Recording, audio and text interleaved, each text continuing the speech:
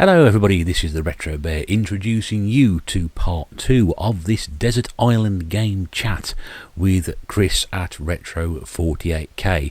Now before we get on with part 2, a little bit of a rather embarrassing apology. The first part of this, which went up last week, I cut the conversation off halfway through, mainly because Chris and myself sat down and spoke for around about 3 hours, which was just simply too long to put an entire video up for, and then allow people to listen to it at their own leisure. Anyway, I thought it would be best to cut the entire broadcast down into 2 episodes, and like I said, I inadvertently cut the conversation off halfway through without any warning or any note or preface or anything like that. So as a result, it's sort of been a bit clumsily put out. So really, I just want this quick forward to say, firstly, my apologies for Chris for doing that. I hope it hasn't sort of affected the conversation that we had at the time and putting people off listening to it. And obviously, apologies to you, the listeners. If it was not without you guys who were tuning in and listening to this, there wouldn't be such a series as Desert Island Games. So hopefully this goes some way to sort of tidying that up. So this is the second part of that conversation with Chris. Again, around about an hour and a half in length, but we covered so many wonderful things, and Chris is such a very passionate gamer that I don't like to cut things out of this. I like things to be broadcast as they were intended. And I hope you'll find it as interesting as myself and Chris did when we were talking about it. Also, if you would like to be a guest on Desert Island Games, it would be fantastic to have you on. What I will do, I'll put my email address in the description below. You can drop me a line, and we'll see if we can set up a recording date. I have already recorded another episode of this for a future transmission, and also I'm hoping to be recording another YouTuber and gamer in conversation over the course of the next couple of weeks as well. So if you would like to be a guest on this, it would be wonderful to have you on. Do get in touch, and hope we can arrange something soon. But that's enough of me waffling, because you've got another hour and a half of me waffling to come. And this is therefore part 2 of Desert Island Games with Retro48k.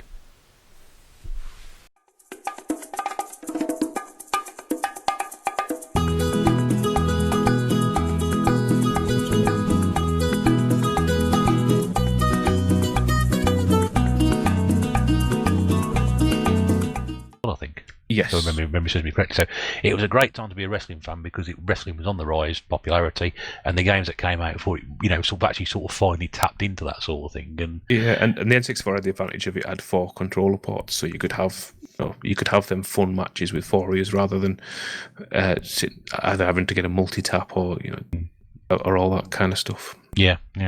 And speaking of Royal Rumble, on about the Dreamcast, which had its own version. That's the next machine you moved on to as well, wasn't it? After that, yeah. So it was the first console I ever got on day of release. By this point, I'd finished school and I had a part-time job while I was doing my A levels. So it was my money went on a Dreamcast. Yeah. I didn't know anybody with a Dreamcast, which is probably not surprising, because most of my friends have sort of at that point sort of given up on playing games as such. I don't even remember seeing a Dreamcast anywhere in the shops, being even tempted to even think about buying one. So why did you take the plunge at the time? It was Sonic Adventure that swung it for me. When I saw footage of that, it was so far beyond anything that we'd seen previous. That scene where he's running away from the killer whale. Yeah. When I saw that, I was like, oh, that's the future of gaming. That's going to be the next console, which is ironic because by this point, all my friends had jumped ship onto the PlayStation, and I was going back onto Sega. Because it was the last hurrah for Sega, wasn't it, this one? It was. I mean, because I'd kind of missed out on the Saturn, and I wasn't reading the Saturn mags, I wasn't aware of all the politics and stuff going on between Sega in America and Sega Japan, and the fact that this was Sega's last roll of the dice, really. And then I think basically Shenmue basically bankrupted them. Yeah. Do you think it was an underrated machine? When you look back at it now, because I know a lot of people enjoy collecting for it. I mean, the cases are a bit of a pain in the backside, and sometimes the consoles do yellow quite quickly, but there is a real sort of affinity for it, which I didn't see at the time. But I think a lot of that is because people think it didn't get the chance that it could have had. It was a lot of first. It was the first one to come with a modem and things like that. But personally, I think it's a good console, but I think a lot of people have a higher rating of it than what it actually is. I think my main problem for the Dreamcast, and I remember thinking this at the time, was I bought one, and then a lot of the games that I could play on it were games that were already out on the PlayStation or N64 and had been out for 12 months or so were really cheap. But were still 40 quid on it's Soul Reaver, for example. It's a much better version on the Dreamcast, but because it's high resolution graphics and a bit further draw distance and things. But if you weren't a console owner and you had a choice of buying a PlayStation for about 50 to 100 quid and Soul Reaver for 20 quid, or £200 on a Dreamcast and then 40 quid for Soul Reaver, which one are you going to go for? Yeah. You make a very straightforward argument on that point there. Yeah. I think that cost it a lot. A lot of Sega's arcade ports and things on it are brilliant, but I think the market had changed a lot by then as well. I know I wasn't at that time because I had a lot of time on my hands. I wasn't really interested in arcade games. I wanted big RPGs and longer experiences, and I think most of Sega ones are geared towards that arcade mindset. But of course, by that time, the arcade scene is sort of, not saying dying, but it's gradually coming towards the end of its life. Yeah, I mean, you still got things like Time Crisis and what have you, but generally speaking, the end of the 1990s, as we go into the 2000s, arcades as such really, they don't cease to exist, but they're not. That's where you would learn about games. If you go back to the end of the 80s, every big game that came out was an arcade conversion, regardless of how well it was done on whatever system you're playing it. That was what you're looking for. 10 years later, very little's coming out of the arcades and onto the home systems. It's probably quite ironic because I think Dreamcast kind of helped kill the arcade, because the Dreamcast ports of arcade games are often better. I think of Soul Calibur, it's actually better than the arcade release of it.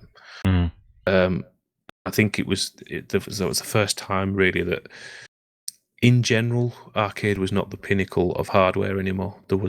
You could get better on consoles and PCs. Yeah, and again, the gaming market was very strong there. PlayStation had sort of really grabbed the attention, and then Nintendo had gone in with the N64, and then the Dreamcast sort of missed the mark for some reason. It did. It shouldn't have done. It's got some great games on it, and don't get me wrong, I don't think it is a good console. I just think it's more. I mean, I still don't get why people love Shenmue as much as they do. And it just baffles me that. And it was a bit noisy as well, wasn't it? It wasn't the quietest of machines. Oh no! I mean, I've still got my original one. Oh right, yeah. And it is. I can imagine that sounds like a nuclear reactor going on. It does. Put it this way: if I'm doing a gameplay or something on it, I have to do the voiceover afterwards. Otherwise, you'd just hear the fan. I remember when I first got one and I first turned it on, and I thought, is it meant to be making that much noise? And again, it probably would have been again sort of late 2000, 10 years after they came. I thought, is it meant to be making a noise like that? And I think I've got about 3 or 4 now, and they all make the same noise. Yeah, I think piracy hurt them a lot as well, didn't it? Because PlayStation, there was a lot of piracy on it. I remember there was a lot of market stalls selling backups and offering to chip your PlayStation, but you didn't even need to chip the Dreamcast. No, that's right. It was fairly straightforward, because I didn't realise, but yes, there was a very straightforward method of doing it. And again, they try and protect against things like that. But of course, you're in that era when piracy wasn't as prevalent as it was back in the 80s with the computers. No, I mean, back in the 80s, if you had a Spectrum tape, you could just, any cassette player would have recorded it. Whereas, it was a very smart man if you could actually sort of, clone N64 cartridges, which actually nowadays, or certain cartridge games, it's very easy to make clones of them. Yeah, I still think that was Nintendo's main reason for sticking with cartridges for the N64, was just piracy. I think it was the right decision. I still think it was the right way to go. And then they tried that again with one of the up machines we'll talk about very, very shortly. So you went for the Dreamcast, then on to... then I went on to the PlayStation 2. PlayStation 2. And what were your opinions on that? I had no intention of getting one. A friend of mine got one pretty shortly. Again, he got one day of release, I think. And I played a few of the first games on it, and I looked at them and thought, well, it's not really... The first few games weren't that much better than the Dreamcast, so I wasn't really interested. And then Gran Turismo 3 came out.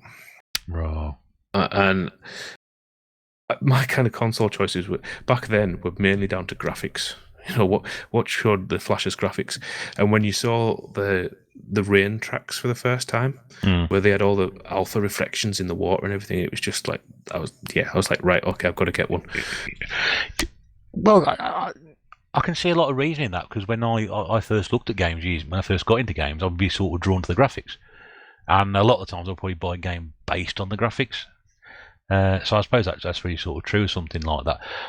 The one game that I remember seeing at the time, which really did sort of mentioning that, just dropping back a little bit, was Metropolis Street Racing on the Dreamcast. Yeah, I thought that looked fantastic. Yeah, I really did. And again, I played it reasonably recently, and I thought it still looks pretty good now. And do you know what? It still plays pretty well. It's got that really nice, that you don't see now, that arcade style handling. But back then, you'd look at something like Gran Turismo 3 like the same way you'd sort of look at the new Formula 1 games that have come out, and you'd sort of looking, can I tell the difference between the two? Because at the time when Gran Turismo 3 came out, you were looking at it thinking, that is incredibly realistic.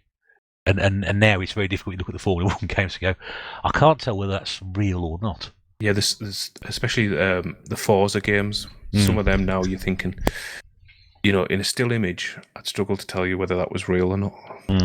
But you were right as well when you said about some of those launch games on PlayStation 1, because the PlayStation 2, they weren't that impressive. No, I think remember seeing some of them. Dark Cloud, I think one of the RPGs that my friend had on that one was just...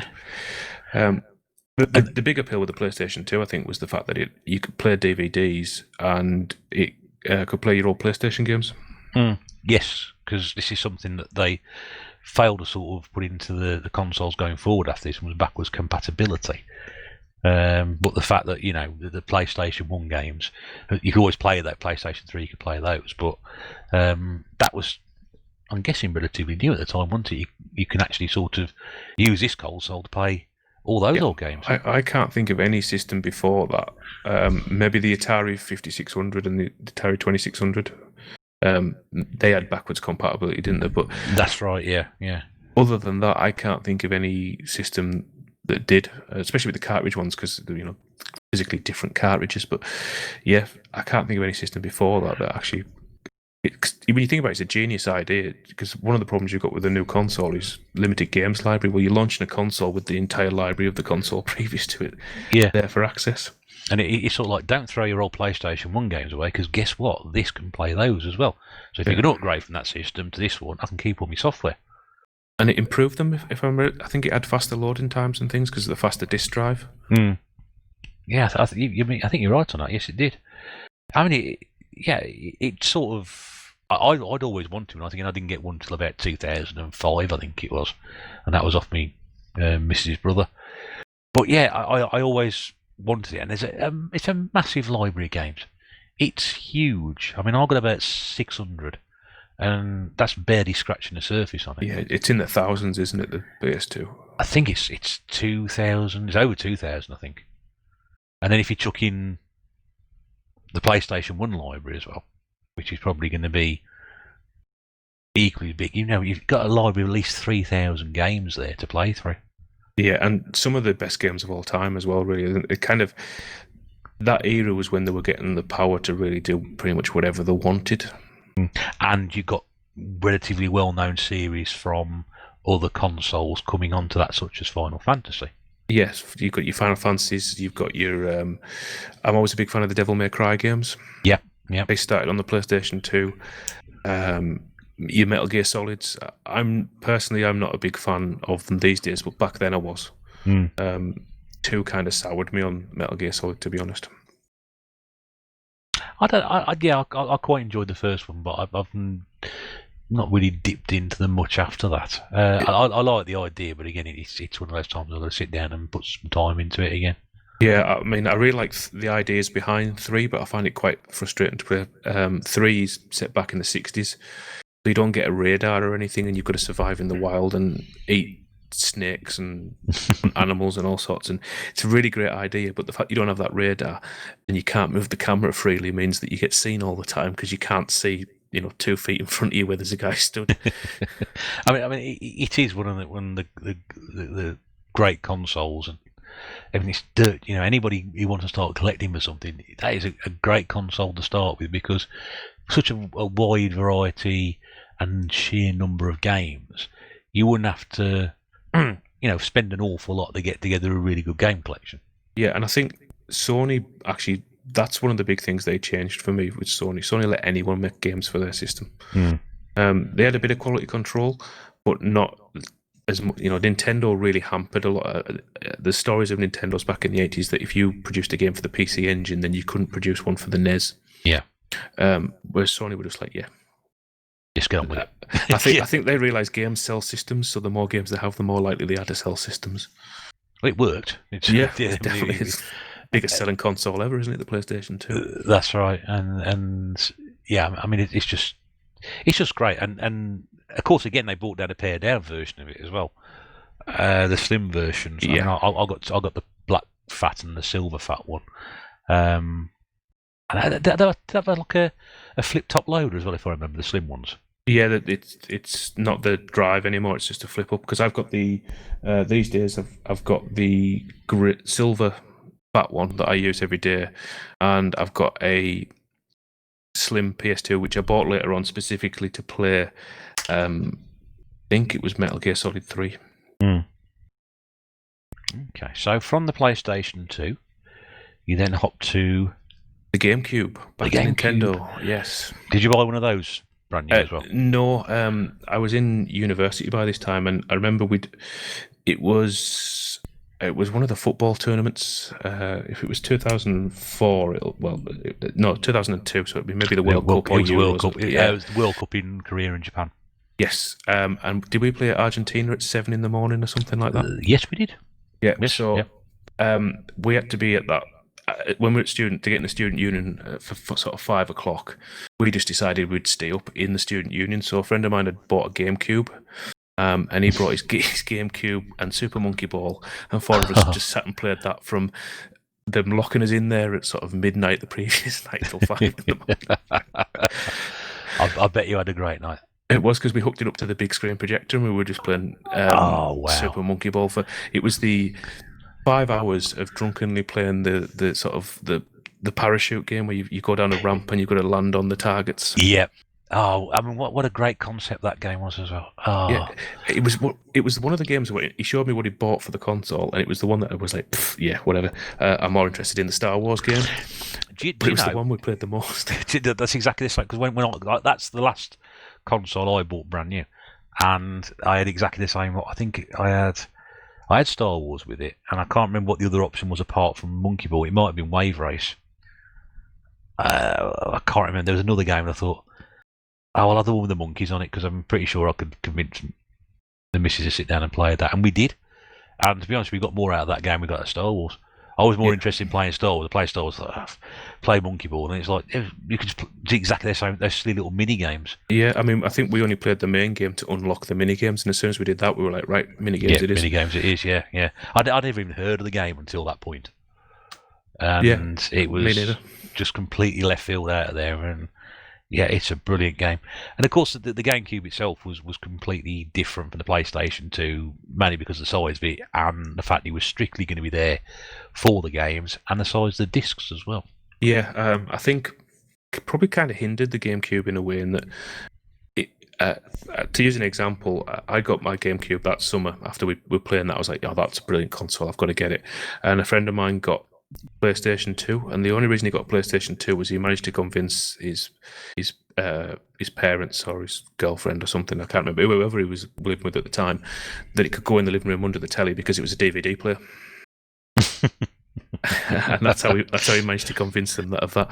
Whereas you couldn't really do that with the GameCube. You couldn't really. I mean, I don't know. I said this a couple of weeks ago on one of the other broadcasts I did, and it was brought out, I guess, purely as a games machine to try and be different. Okay, if you want a machine with a DVD player, and go and buy a PlayStation 2 or an Xbox. If you want a game to just, console to play games on, this is what you want, sort of thing. And the games were absolute quality. But it took a while for them to come out, because initially the reason I got rid of it was because I was getting very, very frustrated with the amount of software that came through for it.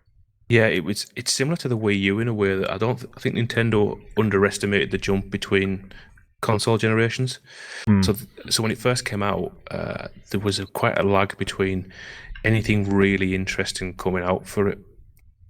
You just had your kind of Fifas and things like that, and then it wasn't until I think I bought mine, and it wasn't until sort of the Resident Evil games started to come out on it that I really started to pay interest into the actual unit itself. I think my problem was I got rid of it just before they started bringing in games. I thought, then they started bringing out the really interested. I'd like to play that now. I know I've sort of moved it on. But again, it was one of the very first ones I picked up to start collecting again for it, and it's not a cheap console to collect for nowadays. It's the Nintendo tax, isn't it? If there's a game on the Gamecube, it's probably 4 times the price of the PlayStation 2 version. Yeah, and this is a firm thing we always say. Us game collectors, if you see a Gamecube game for £1, you pick it up. Yeah, don't care what it is, you pick it up because you're not likely to see it at that value ever again anywhere else. I've been lucky to pick up a lot of the decent titles on it a few years back, and I didn't pay a lot of money for them now. And I look at the price on some of these games, and they're almost close to the RRP when they first came out all those years ago. Yeah, I mean, it's for some reason it's one console that I never traded in, and I never traded any of my games in for it. So I've still got my original set of collections that I just had to add to. Is it Paper Mario? Oh, 1,000 Year Door, yeah, brilliant game. Yeah. Isn't that close, like £100 value or something on that game? Yeah, it'd be something like that. Yeah, because again, I think that was quite towards the end of life of the Cube. Yeah. There's a lot of games like that there, but I don't. I think it was underrated system. I think when I look back at it, I think probably I could have stuck with it a bit more. But yeah, definitely. I mean, it's one of my favourite Nintendo consoles, and it's a great look. It's a GameCube. It's a cube, and it plays games. That's exactly what you want. Which brings exactly what it says on the tin. Exactly, and it brings on very nicely to your next one, which is basically a box with an X on it. Yes, which is the Xbox. So the Xbox, yeah. I traded in my PlayStation 2 and quite a few games for an Xbox while I was at university. Strangely, I went through quite a lot of consoles, even though I was a poor student at the time. I was going to say, yeah, because I was working full time by this point, so I wasn't able to. I mean, I traded my GameCube in for an Xbox. Yeah, this was actually it was my last year, and we'd finished our exams. So you've got 10-week terms, and you stay until the end of the term, even though my exams give me about 3 or 4 weeks at the end of the term of nothing to do. So I traded my PlayStation in and got an Xbox with Halo. Oh yeah, what a game that is. Yeah, I mean that got us hooked on 4-player death matches on that with a friend of mine who to this day wipes the floor with me on that just because of his sheer patience. He'll get a sniper rifle and he'll sit and hide somewhere and he'll just outpatient me. Because I mean, that was sort of the game that Microsoft had hidden. I say hidden away, but in the right at the very start of it, we're going to bring this game out, and when people actually play, wow, this is fantastic. Yeah, because I mean, maybe other people have heard of, but I'd never heard of Bungie by that point. They were an obscure Apple developer, as far as I was aware. I'd never played any of it. I'd never played Marathon or anything like that. No. And up until that point, if you want to play a first-person shooter, you're looking at something like Half-Life or maybe Medal of Honor at the time. Yeah, it was the first console to sort of design its pad around first-person shooters. And it was a big pad as well, wasn't it? Oh yeah, the Duke was huge. It was massive. I've got two of the original ones, and I don't know how you managed to get on. I don't know how I got on with it back then. I really don't. Well, I think I had the S pad when I got mine. I got mine with the smaller controller. Oh right. No, definitely, because I've still got my Xbox that I had all those years ago. I think it's the only console I have left from my childhood. Well, say childhood, my early days of gaming. I was mid-20s by this point, probably childhood. I forget how old I am sometimes. But yeah, and I've kept it all the way through. I even chipped it so I can play backups on it, and a lot of the emulated software that I played on, I sort of run through the Xbox. And it is a great machine. I really love it.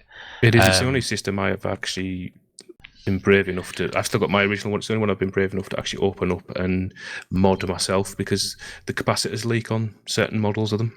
That's right, yes. And I've got another one as well, which I sort of use as a backup to that one, which I picked up for a couple of quid because the drawer doesn't open properly. All you got is tap it.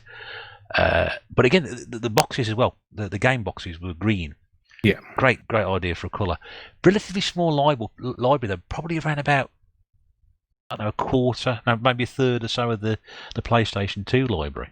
Yeah, I think both the GameCube and Xbox were really heavily affected by the PS2, despite the fact that if you've got the Xbox version of the game, you've probably got the best one. I mean, if you've ever played Splinter Cell on the PlayStation GameCube compared to the Xbox one, it's like a different game. Yeah, I mean, graphically, I think it was probably the best of the three. And of course, it so much potential. It was sort of marketed as not just a games console. Yes, it got the DVD player on there, but obviously they've got this memory ability, which had the hard drive in it, so you could potentially do a lot more with it, which I think was quite untapped.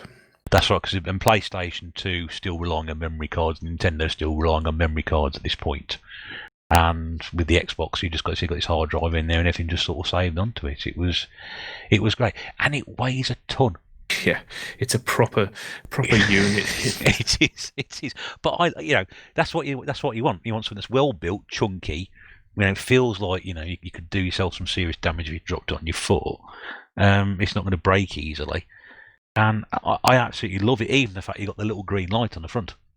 Yeah, it was. I mean, I think it was unfortunate. I think the Xbox, if it had done better in Japan, which my limited understanding is mainly due to the name of it is quite a bad omen in Japan.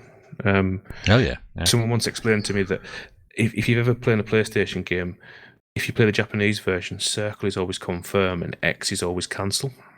Whereas it's the other way around for us. X is always, you always press X to accept, because X is the opposite meaning in Japan. It's quite a bad omen. So I think the name of it alone is never going to sell well in Japan. And then you've got Japan's always want to support Japanese companies, so they're always going to go for. So I think they just made life more difficult for themselves over there.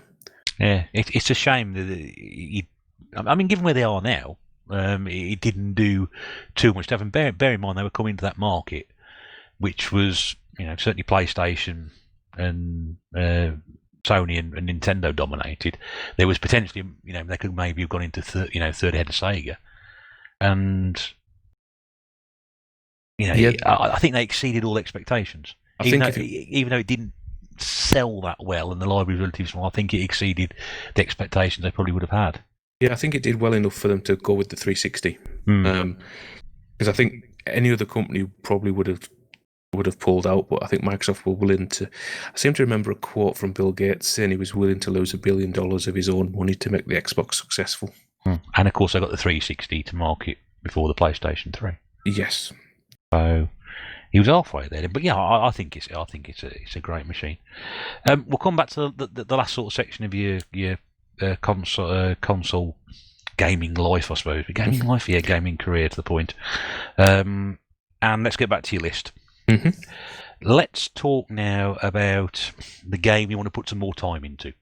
Okay, so that would be Alien Isolation. Alien, there, not to be confused with Alien Colonial Marines. No, definitely not. I play Colonial Marines, and I can appreciate everybody's sort of paying me that one. Alien Isolation, I probably won't play because I'll be too scared to play it. Because it's been quite a scary game, this one.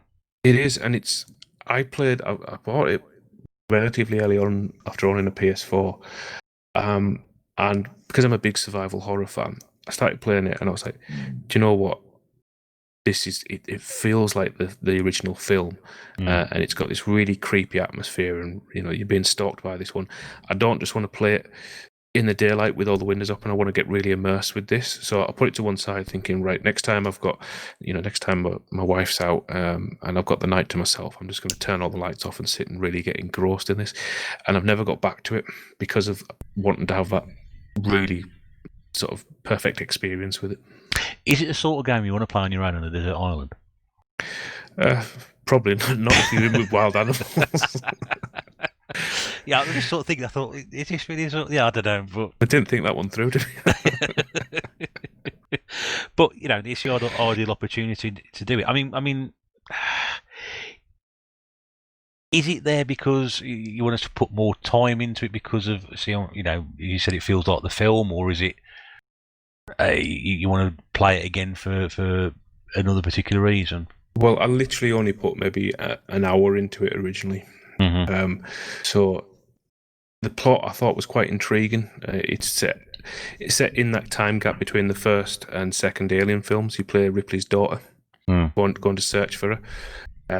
So I thought that was quite a neat idea for the plot, so you can keep that original film aesthetic, but you still fit within that universe.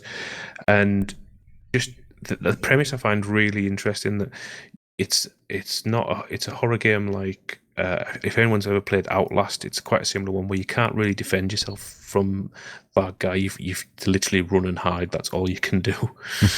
I just find that quite an intriguing premise for a game, because I don't know about anyone else who's a horror game fan, but everyone loves fear, and I just didn't find that scary at all, because on it you're a Marine that's armed to the teeth who can slow down time and use bullet time like you're in the Matrix, and I was like, well, what's to be scared of?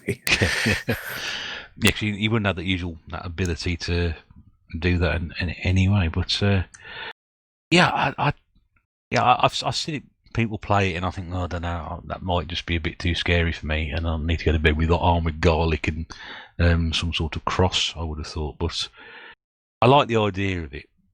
I like the idea of it, and it's not just jump scares. A lot of horror games are just jump scares, but because you've got that constant tension of where is the alien, and it's got that genuine iconic sort of pulse going on for the motion tracker that's always in the Alien films. I can almost feel the tension as you're talking about it. Thinking, I can almost feel it building up. Thinking, what would it be like to play that game? It'd be better if there were like fluffy ducks in it. If it was ducks, I'd be happy. I'd play it, no problem at all. Don't mind being eaten by a duck. But we'll try Five Nights at Freddy's. That's got fluffy teddy bears. I could try that. That might be a bit more my thing, I think. Which system would that be on, just out of interest? That was on the PS4, but I think, to be honest, if I had my choice, I'd maybe do a PC with the VR headset. Oh, yes. Just if you're going to scare yourself, you might as well really scare yourself. Well, yeah, and if you do have an accident, no one will notice anyway, because you're on desert island on your own, so you're all right. Yeah. So that was the game I'm going to put more time into. Dropping back to your favourite game list, your fifth game on that list. So that would be the Resident Evil remake. Now, is this Resident Evil? Which one are we talking? Because obviously there's been quite a few, haven't there? Yeah, so this was the Gamecube Resident Evil remake. So the remake of the original Resident Evil. Oh, right. Okay, that's an interesting one. Yeah. Why that one? It's one that kind of got me back into the series of Resident Evil. I'd played the first two. Really enjoyed them. Played the third, thought it was okay. Played Code Veronica on the Dreamcast, because it was one of the few games you could actually get for a Dreamcast at that time, and kind of was getting formulas getting a bit old. But then when I played the remake of the first one, it just kind of revitalized me in the series, because it was familiar but yet different. And they'd fixed all the ropey, cheesy dialogue, which, as much as I love the ropey, cheesy dialogue, it's a much more... It's not Shakespeare, but it's far better written. It's not Dan Brown, to be honest with you. And it's, again, if you see the GameCube version, it still looks good to this day. Them really nice pre-rendered backgrounds, and they make really good use of the hardware. So you've got a sort of pre-rendered background, and then if you go, it's fully animated, so it's got full motion video, but then got like the 3D fog going through the scenes, and it's so atmospheric. It's just brilliant. And the way they made zombies scary again, because if you played the first Resident Evil, I think I once counted as you meet the same number of zombies in the first Resident Evil as you do just getting to the police station in the second one. And the series had ramped them up that much that zombies just weren't scary anymore. And then this one had the idea that randomly they would get back up and chase you through rooms if you didn't burn the corpses. So you had to make a bit of strategy on right, I'm going to come through this corridor quite often, so I better make sure these zombies are dead and burn the corpses, otherwise they're going to come after me. But you couldn't, you couldn't burn every corpse, so you had to make decisions on, oh, right, well, I might not come here very often, so I won't bother with that one. And then he'd get up and chase you, and it just made them scary again. But also added a bit of strategy into it, in that you'd have to pick and choose what you would do, which again is what survival horror games should do. You know, you should have to make a choice of, well, do I walk around with a shotgun, kill everything easy, or do I just use my knife to save ammo for a boss? It's interesting you've chosen the remake there, because most people, when they talk about sort of Resident Evil remake, they talk about the Resident Evil 4 on the Gamecube then being converted to the Wii. Yes, or more recently the second one on the new consoles. On the PlayStation 4, yeah. I don't know. I've got a soft spot for sort of classic Resident Evil. Everyone hates the tank controls and the fixed cameras, but it kind of makes it more film-like to me. It's more like watching an old B-movie horror. Mm. So you've got that atmosphere, that feeling to it. That's yeah. I know where you're coming from on that sort of thing there. Yeah, you get the odd shot where they've stuck the camera outside a window as you walk past, and it just kind of makes you feel like you're being watched. You don't really get from a third-person game. Mm. Yeah, and it's little touches like that sort of elevate certain games to another level, isn't it? It just helps the game playing experience all round, and you sort of forget you're playing a game. Yeah, and that's what I kind of had with the original. Well, with both the original and the remake of the Resident Evil, it just got me back into the series. And despite the fact that 6 is truly awful, I've stuck with it ever since. Yeah, I've sort of grown to realise that a lot of people don't like Resident Evil 6 very much at all. It's not so much the game for me for 6, it's the relentless quick time events that it forces you to do. Yeah, you're not the first person to say that either as well. So I've heard speak to me about it recently. So, but that's what it is, It's sometimes they try and do things a bit different. Do you think that the series is going to get back on track now with this new release of the PlayStation 5?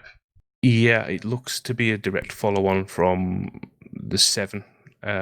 He mentions the name Evan, which is the main character from 7, so it seems to be progressing down that route. And given what Capcom have done recently with the remakes of 2 and 3, I've got every confidence in them. They seem to have found a nice balance between keeping it similar to the old series but doing enough new.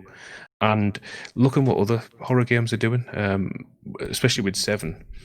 They took a lot of inspiration from games like Outlast and is it Amnesia, Dark Descent, from those type of games where you put on the back foot. It does go very Resident Evil by the end when you're armed to the teeth fighting a big biological monster, but yeah, for the most part, they seem to be learning from other games as well. Have you played any of the virtual reality ones or not? I've played Resident Evil 7 on my VR headset. I've got the PlayStation VR, so I've played that one. And while it's great, VR I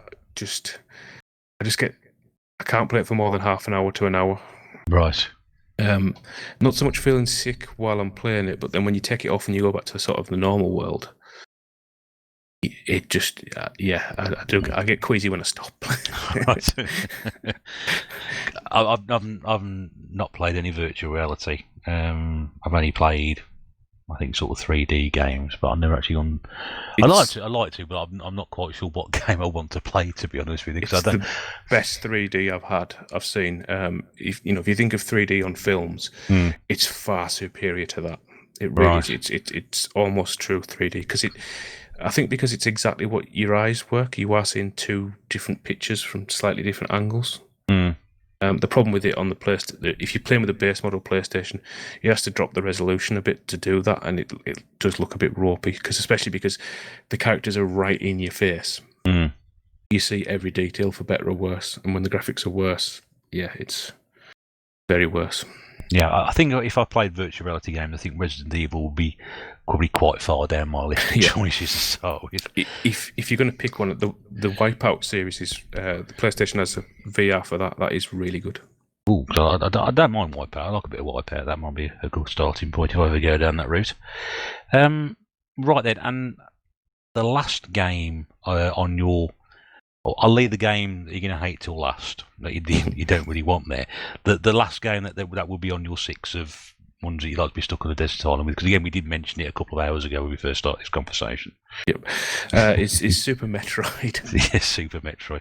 Now, interesting, of all the, I've done this with, 5 or 6 people so far, no one's ever mentioned this particular series before, which I think it's quite strange. Yeah, I mean, it's rare you have a game that has a genre named after it.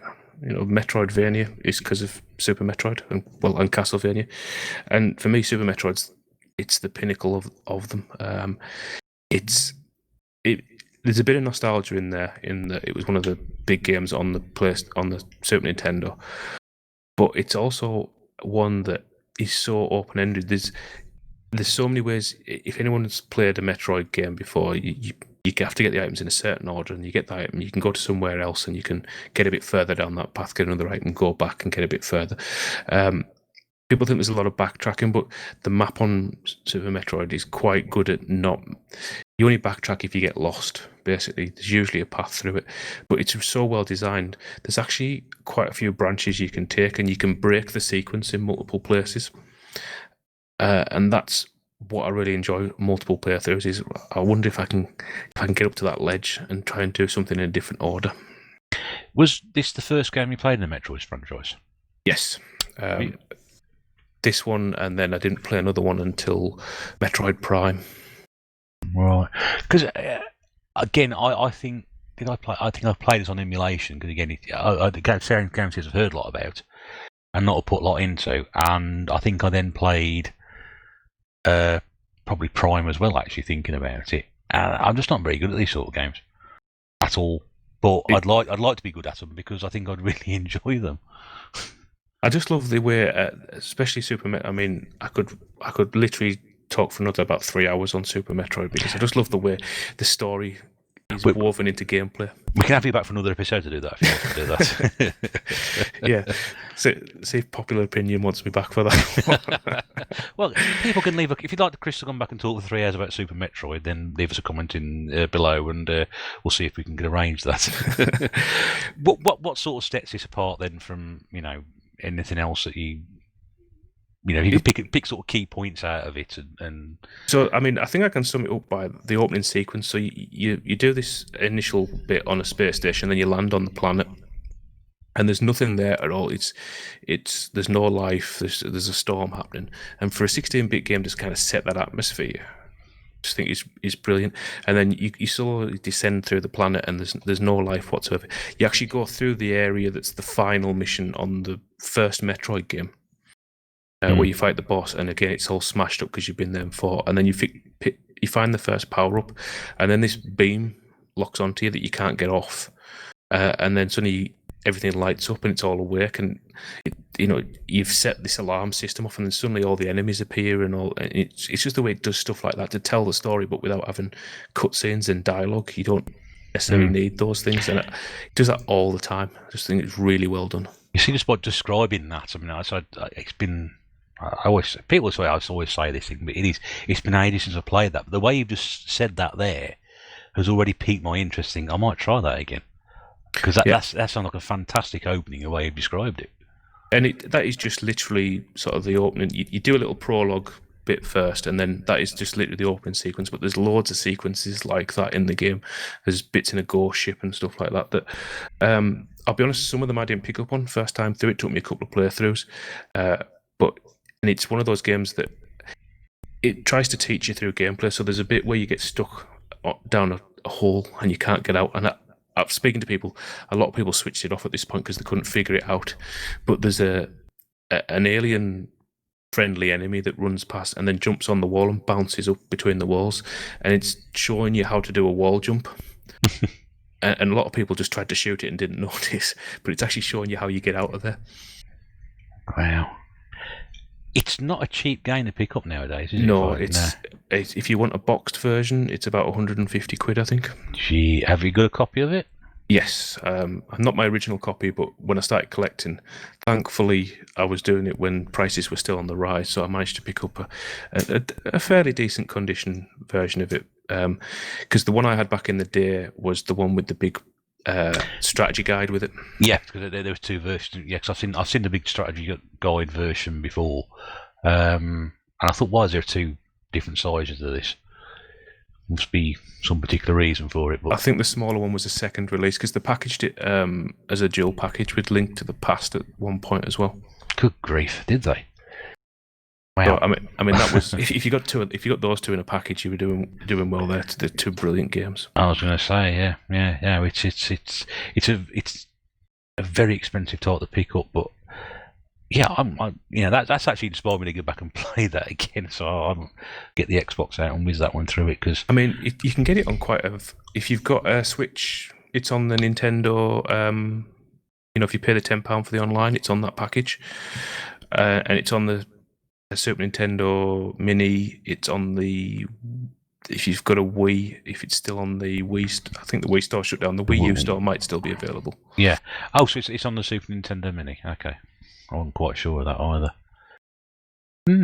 Yeah. Well, it's the first person to talk about that on this sort of series of programs, which is great because I was beginning to think when I saw your list originally, I thought, oh, no one's mentioned Metroid yet, and I think, but there's not been a Metroid game for some. There wasn't one on the. There was on the Wii, wasn't there? Yeah, there was two on the Wii. There was Prime 3 and Other M. Other M was atrocious. Which yeah, is generally regarded as a pretty naff attempt at a Metroid game. But there hasn't been one after that, has there? No, on the main consoles. They've announced that they're doing Metroid Prime 4, but it was delayed 18 months ago. So I would expect that they'll probably announce something fairly soon or show some footage of it. So you think about other franchises that Nintendo have, like the Mario franchises and Super Smash Brothers and Kirby. This one they just completely ignored for best part of over 10 years, I say. Yeah, which is really strange. They do it. They seem to have spurts with Metroid. So there was the first one in '86 or whatever it was, which I've got to admit I struggle with because of the limited memory on a NES. You get lost so easy on that game. That's one of the good things about Super because it had more memory. There's more memorable locations to stop you getting lost. Rooms look different. The NES, it's just the same corridors, and it's one of them games you have to draw a map out to get through. Oh, we're going back to those days. Oh, goodness me! but yes, they did Super, and then that was sort of 2004, and then nothing until the Gamecube in. They did Super in '94, and then nothing for like 10 years as well with that one. So it is a series that they keep sort of taking a break from, and then they'll do like 3 or 4 games in a year, and then take another break, and then. But then again, they'll use Samus in Super Smash Brothers. So actually, I tell a lie. There was Samus Returns on 3DS a couple of years back, which was a remake of Metroid 2. Oh right, okay. That was so. I'm guessing there would have been. There was definitely a Game Boy Metroid, wasn't there? Yeah, that was Metroid 2. So it was back when Nintendo would do a sequel on a different platform. So they did like Metroid 2 was on the Game Boy, and then Super Metroid is Metroid 3 on the Super Nintendo. We'll be interested to see if when they turn 4 out to see how that turns out. Right, so we'll leave the game you're going to be stuck with that you didn't want to be stuck with to the very, very end. Make people wait a little bit longer. And we'll go back to your gaming history and sort of the last section of it now. We're getting bang up to date on these. So we talked about the original Xbox, and then your next one after that would have been? It would have been the Xbox 360. Straight upgrade from the original to that one. Did you have one of the original white ones, did you? I did. I didn't get it on release because I still remember to this day, I ordered it off Amazon and there was that much demand for the 360. Amazon just cocked everyone's orders up. So it was about 3 months later when I think I got mine eventually because I ended up cancelling it and ordering from somewhere else. Most people I expect got foot spars instead of Xbox 360s or something like that. What were your impressions of that machine? I loved it. It was a natural progression for me. At that time, I was playing a lot of Xbox Live with some people that I'd met on Xbox Live actually, and it was almost a regular thing for a couple of hours, as a couple of nights, well, 2 or 3, probably about 3 or 4, to be honest, at nights through the week. We'd get together and we'd play Project Gotham Racing and Rainbow Six and Halo 2. So it was a natural progression to go with those guys onto the 360 and play the games on there. I think it's a great machine, and at the time it was a toss-up between when I decided to move on from the original Xbox and get a toss-up between a 360 and a PlayStation 3. We did eventually go for a PlayStation 3, but there were other reasons for that. But I've always wanted one because, again, decent, big library of games, and so I eventually got one 2 years ago, and I just love it. I think it's great. I really do. It reminds me a lot of the original PlayStation. It's really diverse library. Got a lot of, if you're willing to look, you've got things like your old school scroll and shooters are on there. There's loads of Japanese scroll and shooters on the Xbox 360. Really expensive, mind, but they're on there. And I think it was region free as well. At the time, I got a lot of games from Play Asia because you could get the Asian edition, which was still British and would play on Xbox 360 for about half the price. Oh yeah, I used to do the same with DVDs. I used to buy the American ones off Play USA, and they were much cheaper and come out a lot quicker than the UK ones. Yeah. So while you were doing that, I was doing DVDs.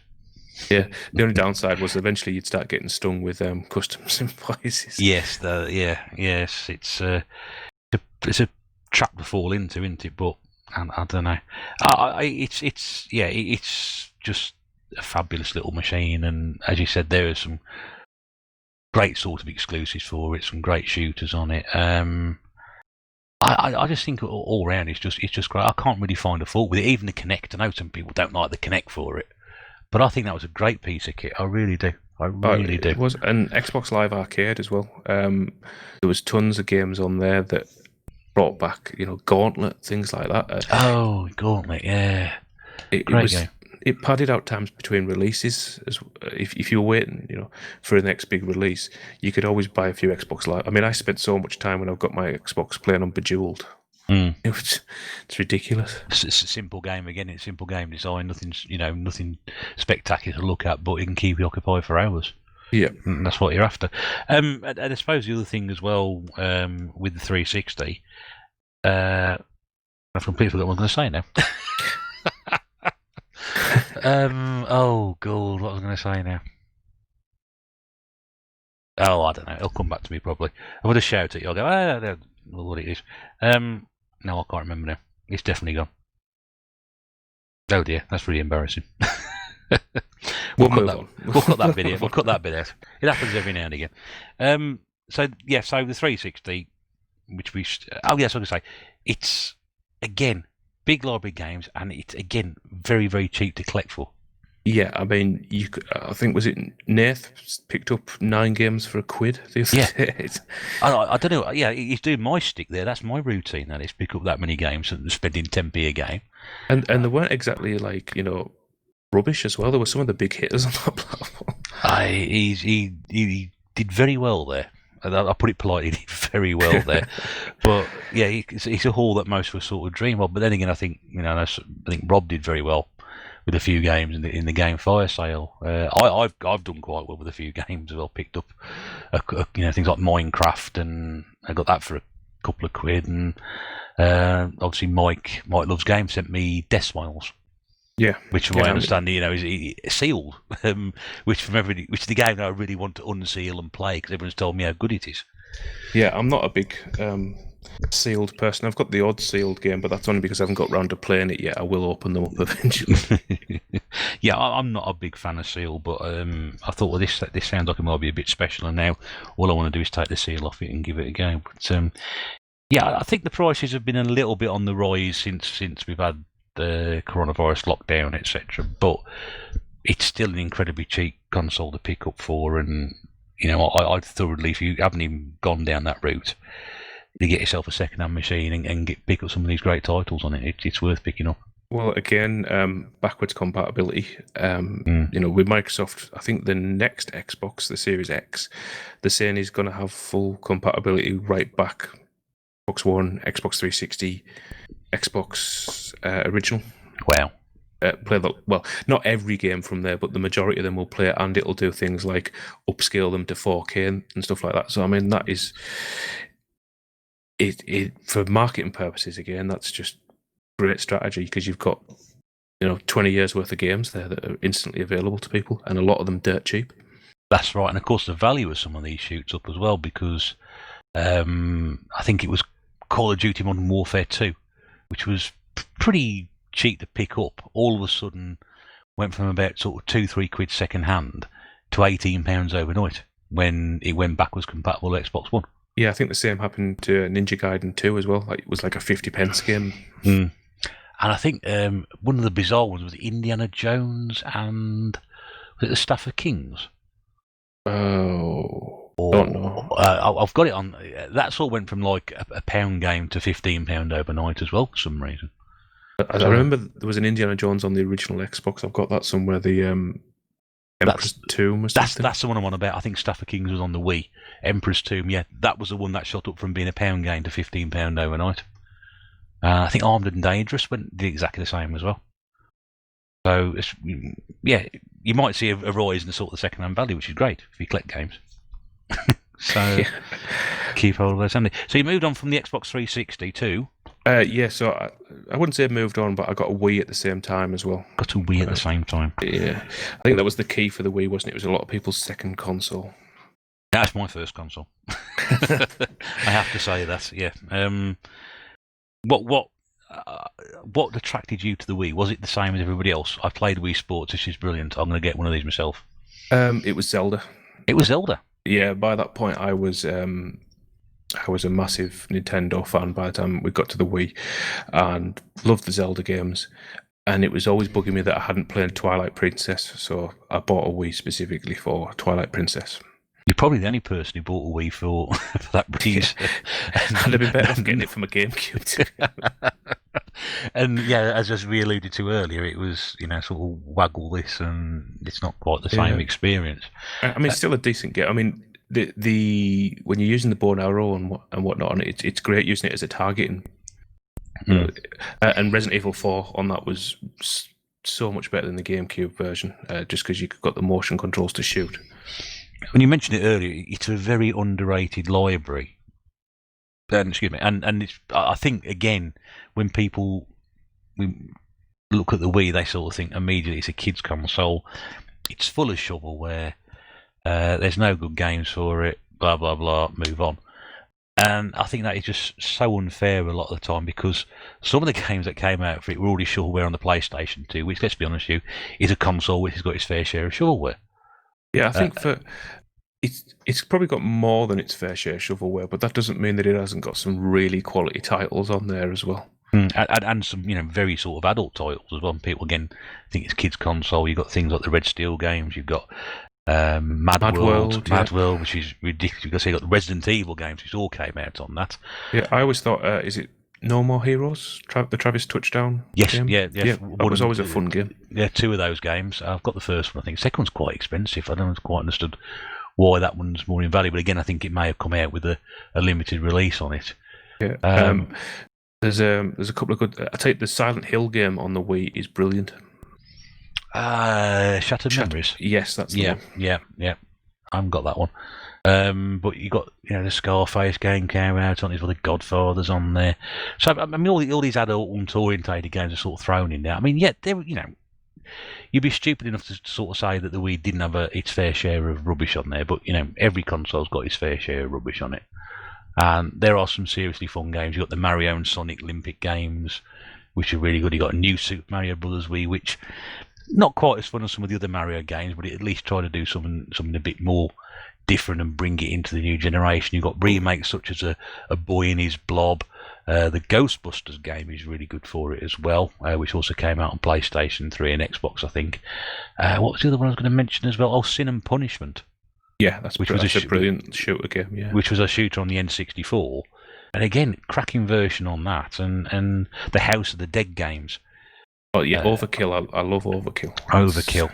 And I alluded to this on our TMB podcast, but Ghost Squad.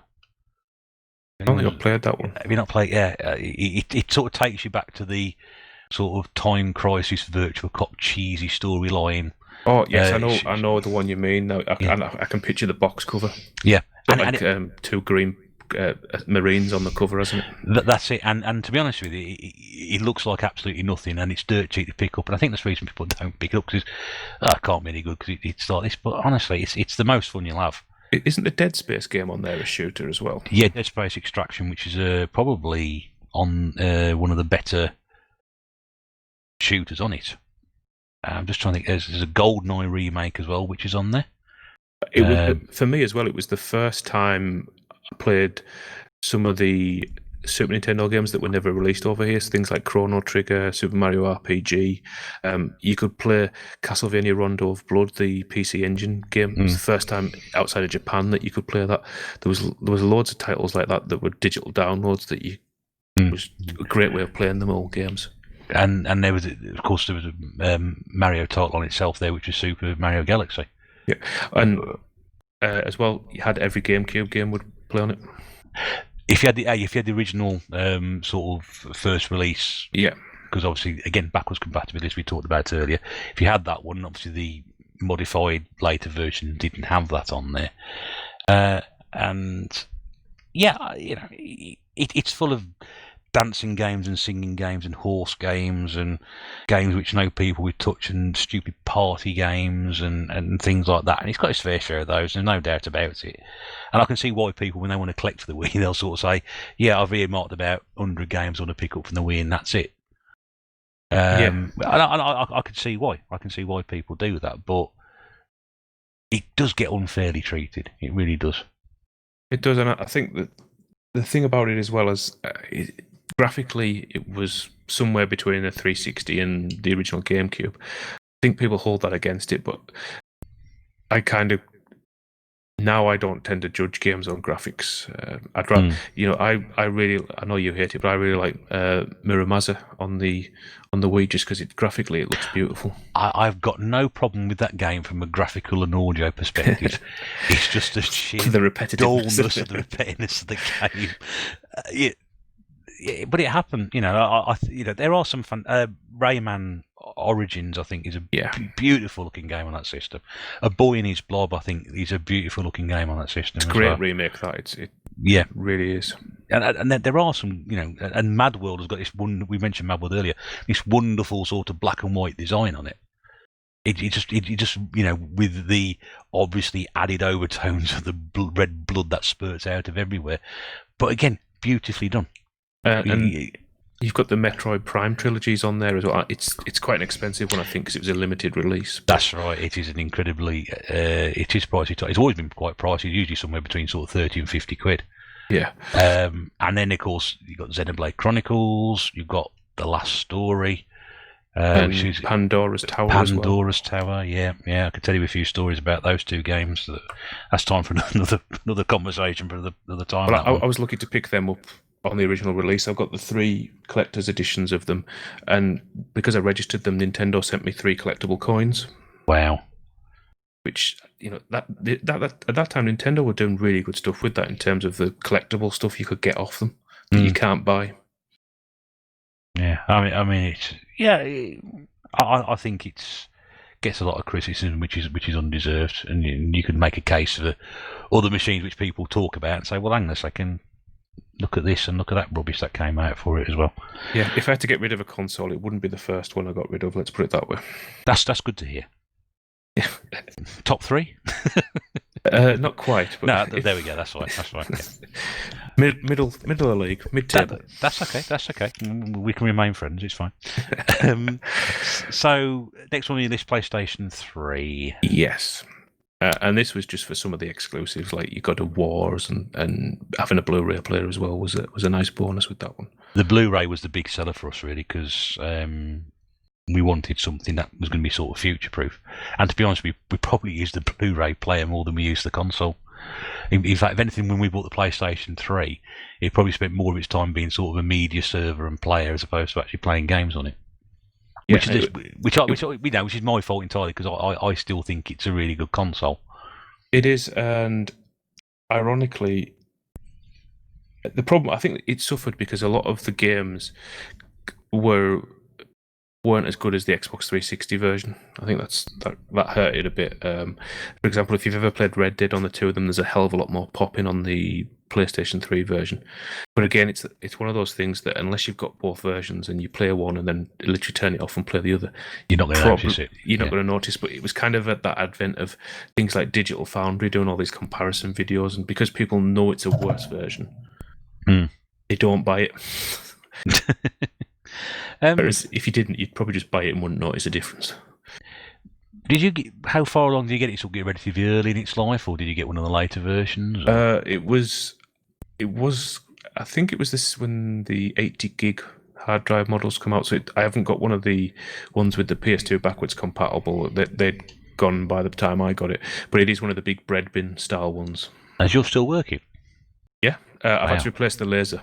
Ah, okay. Because I had one of those as well, and I think mine developed the red ring of death. That one was it, or the yellow one? Yellow ring of death, I think it was. Something like that. Yeah, no, it still chugs away, but I did have to buy a replacement laser for it because it just stopped reading discs at one point.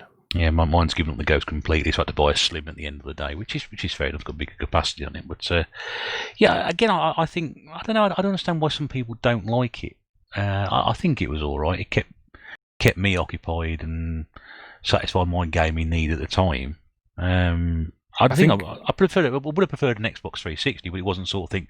Oh, I bought this. It's a bit of a turkey because I was using it for other sort of purposes.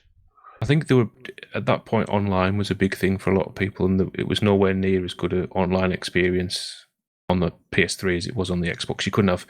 I spent a lot of time on Xbox 360 just talking with friends while we were all playing different games. You couldn't do stuff like that on the PlayStation 3. No, so something else I never really got into playing online. I know the missus used to play online a bit when she used to do things like modern Call of Duty and whatever, because she was part of a clan for a while. She got very into that sort of thing. That was my own fault. I said, well, I think she was bored. I said, well, just go and play that online. See how you get on with it, and that was it. Oh, we were quite into it. I used to work with Real Generic Demon.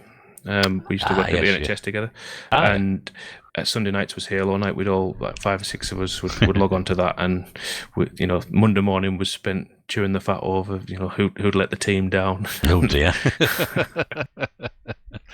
But that's the great thing about that can bring sort of people together, and I know she got a lot out of playing online at the time, and it's not for me. I tried it at the time, and I thought I ain't good enough to play online with other people. Yeah, we tended just to stick. There used to be private matches with just us on because it was the same. I think it's one of those things. Unless you've got the time to put the time in, there's always going to be a lot of people a lot better than you. Yeah, and there are a lot of people a lot better than me, so that's all right. I'm quite happy with that. Next on the list is a console which I'm quite getting into at the moment. So I believe it was the Wii U. It is. That's what I'm talking about. The Wii U. Yeah. I mean, well, again, this is one that I don't want to go on sort of going on too long about it, but do you share the opinion that this was sort of a mistake that Nintendo made in trying to sort of capitalise on the Wii when perhaps the next step should have been the Switch? Or do you think this is a console which was probably wrongly ignored and has been sort of got a reputation based on that? Yeah, I think I'm more in the latter camp. I think its name did more to hurt it than anything else. I think people, you guy in your street probably thought it was an add-on for the Wii, and the fact that it didn't have many games out for its first year of its lifespan really hurt it, I think. That's right, and I'm in the latter as well. I've spent some time on it because I've had one now about 18 months. I absolutely love it. No, I think it's some of Nintendo's best games are on this platform.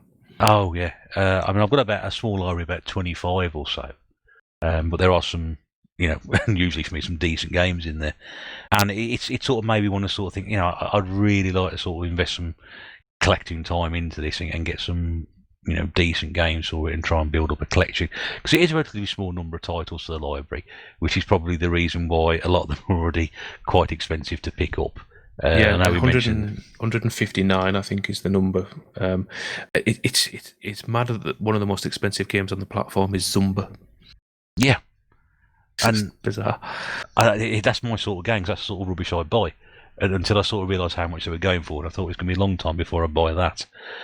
And what do you think of the gamepad, Chris? Because I'm a fan of the gamepad. I really like it.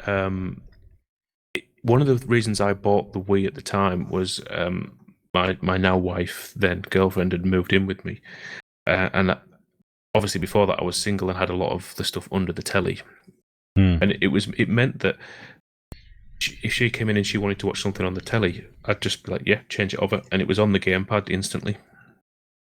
I just thought that was a really good idea that you could just flip straight to the gamepad and just keep playing. Yeah, I like how it can interact with. I was playing unusually with me Mario Kart the other day, and I was simply watching the screen. I didn't realise that all this stuff's going on the pad as well. Yeah, this Nintendo Land really shows. Have you got Nintendo Land? I've got Nintendo Land. Yeah. I love the idea that not a lot of games did, where there's a hide and seek mini game on it, where the person on the pad can hide and the person playing on the screen can't see the pad. Oh yeah. So you can do like a hide and seek mode on it, and you've got to look for it. It's either that or the other way around. And there's loads of cool little ideas that they do for mini games on there that games didn't really exploit. I think a couple of the Zelda games on there did the thing where instead of having to bring the menu up, you can select items from the touchscreen on the pad without having to go into the menu, which was quite nice. So you got the Wind Waker HD remake on it, hadn't it? Yeah, best Zelda game of the modern era, sort of the 3D ones. That one really, the Wind Waker original was pretty good, and that one they've got rid of some of the more annoying parts of it, so that you can travel faster. You don't have to change the wind direction every time you want to sail in a different direction and stuff like that. It really good HD remake, that one. Yeah, again, I was lucky enough to pick that up quite cheaply, so I was very pleased to get that one. Yeah, I just think it's a great console and very much. I don't know, just something somewhere along the line they just sort of got it wrong, and they shouldn't have got it wrong. It was. I think it started off badly, and it was that it was just a perpetual. Well, because they didn't have enough games to get gamers to buy it, third parties didn't put their games on it, which meant people didn't buy it. So there was only really Nintendo making games for it, and I think it just snowballed on them. Because it might only have 159 games on it, but I would say 50% of that library are really good games. Yeah, I would be inclined to agree. And I remember when they announced they were discontinuing it, and I thought, yeah, now they're going to discontinue it. Now it's time to find one cheaply, and they just couldn't find one cheaply at all. I bought mine about 18 months ago for 80 quid second hand, and I think at the moment they're going for about 130, 150 second hand at the moment. Yeah, I mean, I've still got my original one, which I traded my Xbox 360 in for, but I've also got sat on my desk, which I'm looking at now. It's the only console that I bought the Wind Waker version with the limited edition Zelda theme and stuff on it, and that's just sat in its box. If my proper one breaks, I'll pull that one out, but for the time being, it's just sitting nicely sealed in its box. Because the other thing to watch as well is that the gamepads. You can't replace them. You can't replace. They're almost as much as the console to buy. And the reason I sort of bring this up very, very quickly is because Mrs. Bears managed to pick up a couple of Wii U consoles on their own without the gamepads. Yeah, I think you can sync other gamepads to other consoles. You can. Yeah, you can't. They never sold the pads on their own. No, and so she's picked up a couple which were sold for spares repairs, and one we managed to get working, which I'm now sort of hoping to keep as a backup to my original one anyway. But the gamepads, you're barking up many wrong trees with that one. They are practically impossible to pick up second hand. If you do, you're not going to get much change out of 100 quid. Yeah, a small thing as well that I've just recently bought for mine, which I found immeasurably useful, is a new dock for the pad that allows you to dock Wii remotes in it and charge all three at once. Oh, right, lovely. Because you can sort of use the Wii stuff with it as well. That's the other thing. Yes, it's backwards compatible with the Wii. It is, and some games do use the motion controls on the Wii stick, so it's handy having all three of them charged. Because I don't regularly play on the Wii. I never put batteries in. I bought rechargeable battery packs for them, and they'd always be flat, so you'd end up having to play wired, and playing a wired Wii controller is an absolute nightmare. You're just trying to wave it around when it's plugged into something. Yeah, that's not the best way to do it. Yeah. The other thing as well, very quickly to mention on that, is that in some cases the Wii U is going to need the gamepad to use it. So Yeah. even though you can use the Wii controllers with it, it's not going to get you out of the situation that you're going to need the gamepad to go with it. No, there's very few games that will only work with just the Wii. I mean, I've got the Pro controller for it as well, which is actually a decent little pad.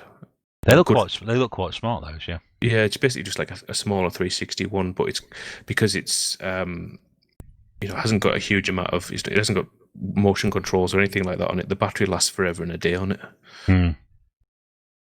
Yeah, I think it's a great console, and I think a lot of us are looking at it as something to collect for. So I think there's going to be a lot of collectors and gamers scrambling for copies of games on that in the coming future. Certainly, it's definitely getting some traction on it.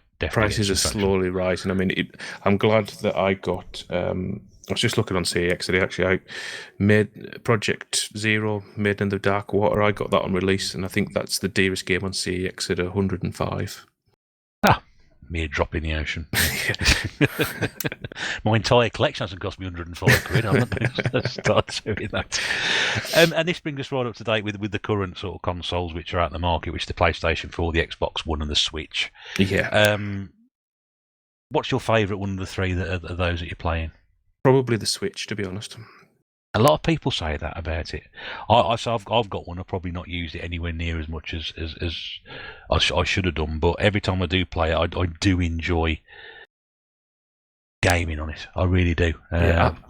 It's a nice balance. I find you've got modernish visuals with 3D big open worlds. It'll play most of that stuff, but you don't have all the things of like. I got The Last of Us the other day. Plug it in. Oh, there's an 8 gig update. Right, I'll come back to it in 2 hours. When that's you don't have that with the Switch. You just put the cartridge in. At most, you maybe wait 30 seconds for an update.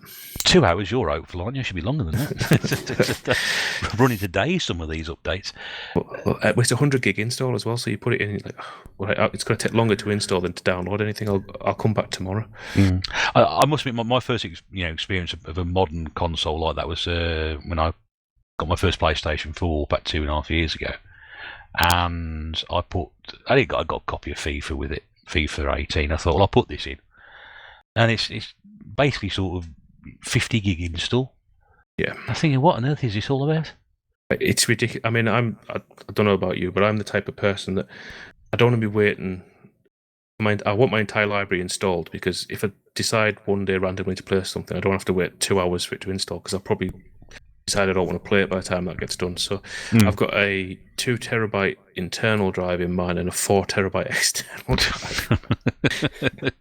You're well prepared for these sort of things. Yeah. Well, the reason I did that is because about 12 to 18 months ago, because I have all my retro stuff all set up, when I'm finished with it, I turn it off at the wall, just because I've got 20 odd consoles there. I don't want to send right to my house. And I turned the PlayStation 4 off, and then just got up and turned the plug. And I hadn't waited quite long enough for the PlayStation 4 to power itself off. It corrupted the hard drive. Oh. So everything on all my saves gone. I didn't have PlayStation Plus, so it wasn't in the cloud. So I think the worst one is I had about 60 hours into Persona 4, Persona 5 even, and 150 hours in Final Fantasy X Remake. Gone. All gone like that. Yeah. Man, that must have been soul destroying. That it was. Just turned it on. I was like, oh, that's everything gone. It took me about 2 days to admit defeat. Like, I was trying pulled the hard drive out, all sorts of recovery programs to try and get it back, but just wasn't having any of it. It does happen. It does happen, but it does. And then you just have to remember, it's only save games. I mean, most of the batteries in all my NES games have died now, so they won't even save at all. You're playing them for an hour, and that's it. You've had it. I suppose the joy is you get to play them all again, really, isn't it? Oh well, I'll start all over again. Yeah, there is that to it. You can start from the beginning, and some games I have Uncharted 4. I played again the other day. It's a brilliant game. So that's where you are in terms of your current gaming thing. Very, very quickly, obviously, we've got the next generation of consoles, which will be coming out at some point. What are any plans to sort of invest in any of those coming up? Originally, I hadn't. Originally, I kind of become disenfranchised with modern gaming, all these microtransactions, and I bought Mortal Kombat 11, and now there's a version of Mortal Kombat 11 with twice as many characters for half the price that I paid for the version that was new. And I just thought, you know what, I'm sick of being taken for a ride with these. And then they announced the PlayStation 5, and I was still like, nah. And then they announced Resident Evil 8 for it, and I was immediately looking at pre-orders. Oh, good grief. The problem with me is that, I will always want to get Resident Evil games and Legend of Zelda games, so as long as I can afford it, I will probably keep buying at least Nintendo and PlayStation systems. Yeah, because I mean, you're absolutely right in what you're saying. If there is a game on there that you're a fan of the series, you played other ones up to date, and you see something, and go, wow, I really want to play that. You're going to be looking at that. That'll swing you to change your mind on it. Yeah, although having said that, what I will probably do with this generation, I don't think I'll be getting day one. But so you'll wait a little bit later than usual for. Yeah, because there's only really Resident Evil 8 that's sort of caught my attention on it at the minute. I'll probably give it maybe a year, 18 months, see if there's a price drop, see if there's a slim version or whatever, and then because I got the PlayStation 4 release now, mine's still running, but I know quite a few people who've been hit with failures on theirs because they bought it day one as well. So there is quite a few. I think you get stung for being an early adopter these days. I was going to say, the rumour price was $5.99, I think it was. Was that right? Yeah. It does seem an awful lot to invest for just a Resident Evil game, mate. It does. There is the digital only, but then I'm still not a fan of digital only. No, I'm exactly the same. I'm not quite convinced on that yet. Yeah, I know pretty much the discs that I've got now on the PS4 are basically license keys to download games, but at least if I've got a physical thing to own, I do appreciate the ease of digital. I've got a few games on my Switch where I'm looking at my shelf and I'm thinking I can't be bothered finding a game in there. I'll just put one of the digital ones on. But in general, I'd always rather have the cart or the disc or something. I've very, very rarely sort of gone, purchasing games, download anything like that. The only one I think, the one I did maybe less than 5 times ever, but the one I got the most enjoyment out of was Pac-Man Championship Edition on the PlayStation 3, which I think was about £3 or something like that. What a game that was! Yeah, I bought a couple of PS1 releases on PS3. But again, they take the mick with some of them. I remember when the PS3 first came out, Final Fantasy 9 wouldn't work on it, but you could buy Final Fantasy 9 from the store. Yeah, something went wrong with that, didn't it? Yeah. I don't know. I mean, again, it's a debate which gamers and collectors have quite regularly is digital or physical, and I'm very much a physical collector, and nothing's really changed my mind at the moment. I know at some point some of this stuff is probably going to start to fail, but then again, so will I. So as we both get older, bits start falling off, stop working, things like that. Well, I mean, at the end of the day, everything you've got will probably, Saturn games will get disc rot eventually. That it will happen at some point. If you're lucky, maybe not in your lifetime, but it will happen. But again, digital storefronts at some point they'll turn the servers off. Yeah. And then you're stuck with a download which won't actually work. Yeah, I mean, the prime example of that I always quote is PT, the Silent Hill demo trailer thing they did. Yeah. I've got that on my PlayStation account, but when my hard drive wiped, I lost it, and I can't re-download it now because Konami just pulled the lot. So, I didn't pay for it; it was a free demo. But if that had been something you pay for, I would be quite miffed. Yeah.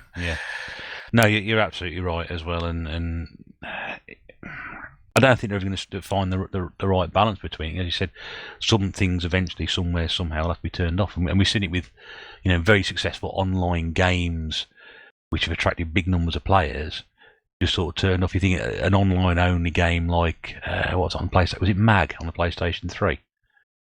I think that was, based around a complete online purpose. There's no single player to it, no sort of story to it. It was all online. Yeah. And of course, they've turned the servers off years ago. That piece of software is no good to anybody. I've got a feeling, is it Brink on the 360? That was online only. Even if you played single player, you were still playing in online matches just on your own. And that wasn't a particularly successful game, so I'd be surprised if them servers are still running. I think I've got copies of that somewhere, actually. I'd be interested to try it out. Let me know if it works. I will do. I think I'll get it on the PlayStation 3 and the Xbox 360. In fact, I think I got inherited another copy last week from Mike Loves Games as well. So, yeah, I may be sort of shooting myself in the foot at the same time as we talk. So, but then again, what's new? So that's your gaming journey. Mm-hmm. We've got one item left to discuss, which is great, because we've come to nearly 3 hours. Can you believe it's been 3 hours? I know. God. I know. And it's dark outside, isn't it? It is. I did warn the missus it'll be a good couple of 3 hours tonight. So there we go. So, yeah, 3 hour conversation, which we're going to bring to the end with the game that you're stuck on a desert island with, that you absolutely hate, and you're absolutely cursing your luck as to what it's in there for. It's going to make your life a misery until you're rescued. What is it? It's Sonic 3. It's Sonic 3. It is. It's a weird one. This one, people will be like, "Why does he hate Sonic 3?" It's one of the better Sonic games. Because you were sort of on about Sonic 1 and Sonic 2 ages ago. Yeah, and Sonic 2 for me, I think Sonic Mania and Sonic 2 is the best Sonic game, and then Sonic Mania is a close second. But I think one of the things I hate about Sonic 3 is people put it on this pedestal saying Sonic 3 is brilliant. But for me, whenever I play it, everything I hate about Sonic 3 is what people say the worst parts of Sonic 2, if that makes sense. Everyone says Metropolis Zone and Sonic 2 is awful and slow, and for me, all of Sonic 3 feels like that. Now, I've played a lot of Sonic 1, played a lot of Sonic 2, played very little of Sonic 3. I did do something the other day for one of my videos on my channel where I sort of just play brief gameplay, and I thought, wouldn't it be fun to sort of do the first level of each Sonic game? I was playing, I think, the Sonic Mega Collection. I thought, well, I'll do Sonic 1 first level, Sonic 2 first level, and then do Sonic 3 first level. I never played this one before. I didn't like it. No, it just didn't click. The other two sort of immediately clicked, even though I've not played them for ages. I thought, this is great. Play Sonic, though. What the hell's going on here? It is this something about Sonic 3, and I can never quite put my finger on what it is that I just don't like about it. And I think that's probably why I don't like it, because I'm like, I can't figure out why I don't like this thing. It's that graphic of him at the start. That's awful 3D. Yeah, that's where it starts. You think, what? You know, you've gone from the cartoony Sonic and obviously Sonic and Tails at the start of Sonic 2, and you go, great. And then you got this sort of 3D abomination staring at you. And immediately it doesn't feel like a Sonic game. It feels, hang on, what they've done to Sonic the Hedgehog. Yeah, and then it starts off, and to be honest, the first level I didn't think was too bad. It's not as good as the other Sonics, but I thought, yeah, it's all right. And then it immediately throws you into a water level. Now, the water levels are always the worst part of any Sonic game. Oh, yeah, they are. Like a game about going fast, and you're going to throw me in treacle and make me jump really slow. Oh, dear. Yeah, it's... The brief bits I play for it, I just don't like it, and I think it's the fact that I want to like it that makes me hate it even the more. Like, because I have tried to like it. The music is brilliant in a lot of cases, but then you get to it's really gimmicky. I find there's a bit where you snowboard and you think, right, okay, whatever, and then you get into a really god awful ice level where you can't stand still because you're sliding all over the spot, and then there's these massive levels that take you 4 or 5 minutes to get through, and it's like, this isn't a Sonic game. Sonic games, I should be able to blast through a level in under 30 seconds. That's right, and the whole speed of it is all gone. The whole purpose of what made Sonic unique was the speed of it. The game, you take it out and you sort of turn it into a bit of a plodding platform, and then you've lost the purpose of what the game should be about and what the franchise should be about. Yeah, and they're all start getting really twisty maze-like levels where you're not just going left. So you're not just going right for long periods anymore. You're now going back on yourself and then up through. And it's like, hang on, am I playing Sonic or am I playing a Metroid game? yeah, I really struggle with it, and I know a lot of people like it, but for me, if I was forced to play that, that would just be hell. Did it put you off Sonic games, or have you It sort of did gone back to actually. the That series? was round about that time that one came out. That would be when I was jumping ship to the Super Nintendo. Really, I think that was about '94 Sonic 3, wasn't it? Or round about then. Yeah, because you mentioned Sonic Mania, so obviously you played Sonic games since then. Yeah, I played Sonic Adventure, and a lot of people hate Sonic Adventure. I actually really liked it.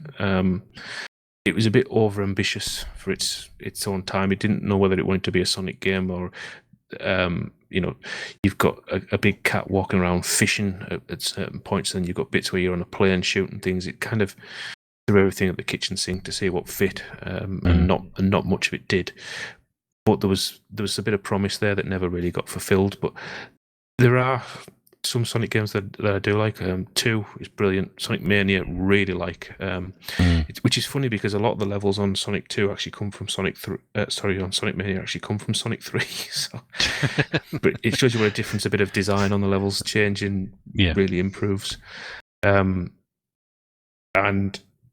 yeah, I mean, a lot of the 3D Sonics are god awful, but the one on the Wii U actually isn't too bad. The Lost Worlds. Yeah. Do you play Sonic Generations? I've got it. I've never actually played it. I've heard that's a pretty good one. Yeah, I could. If you got that one there, I would recommend giving that a go, because it sort of mixes classic Sonic with modern Sonic, and it actually gets a balance quite right. And I think I was pleasantly surprised by it, because I've got sort of used to Sonic games being pretty rubbish. I mean, Sonic Colors is pretty good. I quite like that one on the Wii. On the Wii, yeah, that's another good Wii game. But Sonic and the Black Knight, and what's that other one? Sonic Unleashed. The one where he's a werewolf as well. Yeah, Unleashed. Unleashed. Yeah, interesting start to the game. That I thought got quite into it, and then I played the game. I thought this is terrible. And he actually got Shadow the Hedgehog as well, which wasn't even a Sonic game. Yeah, I think I think Sonic's always suffered in 3D because they tried to with the Mario games, when they went to 3D, they didn't do the 2D Mario in 3D. They did a completely different type of Mario. It wasn't about platforming or anything in the same sense. It was more about finding that star or whatever. Whereas Sonic tried to do the same thing in 3D, and I just don't think it works particularly well until Generations, really, which apparently is more 2D on, from what I understand. Yeah, and I think the more Sonic gets back to 2D, the better the games are than when you try and move more into 3D. And I think it just gets a bit lost. Yeah. But that's it. Have you seen the film? I have.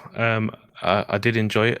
Even the little digs it took at Nintendo I thought were quite funny. The whole idea of hell being stuck on a planet of mushrooms, which is basically the Mushroom Kingdom, I thought was quite funny. But yeah, I thought it was a decent enough film. It was better than I thought it was going to be. I thought it was going to be horrendous. I still don't think it's the best video game film I've seen, but it was good enough. It was, it passed the time. Yeah, my daughter enjoyed it. I wouldn't say I enjoyed it much, but I wouldn't say I really hated it. I felt it was 20 years too late. So somebody asked my opinion of that. I said, "What do you think of the new Sonic Hedgehog film coming out?" And I just said, 20 years too late. Because it's typical Sega. I think they've done it again, haven't they? Yeah.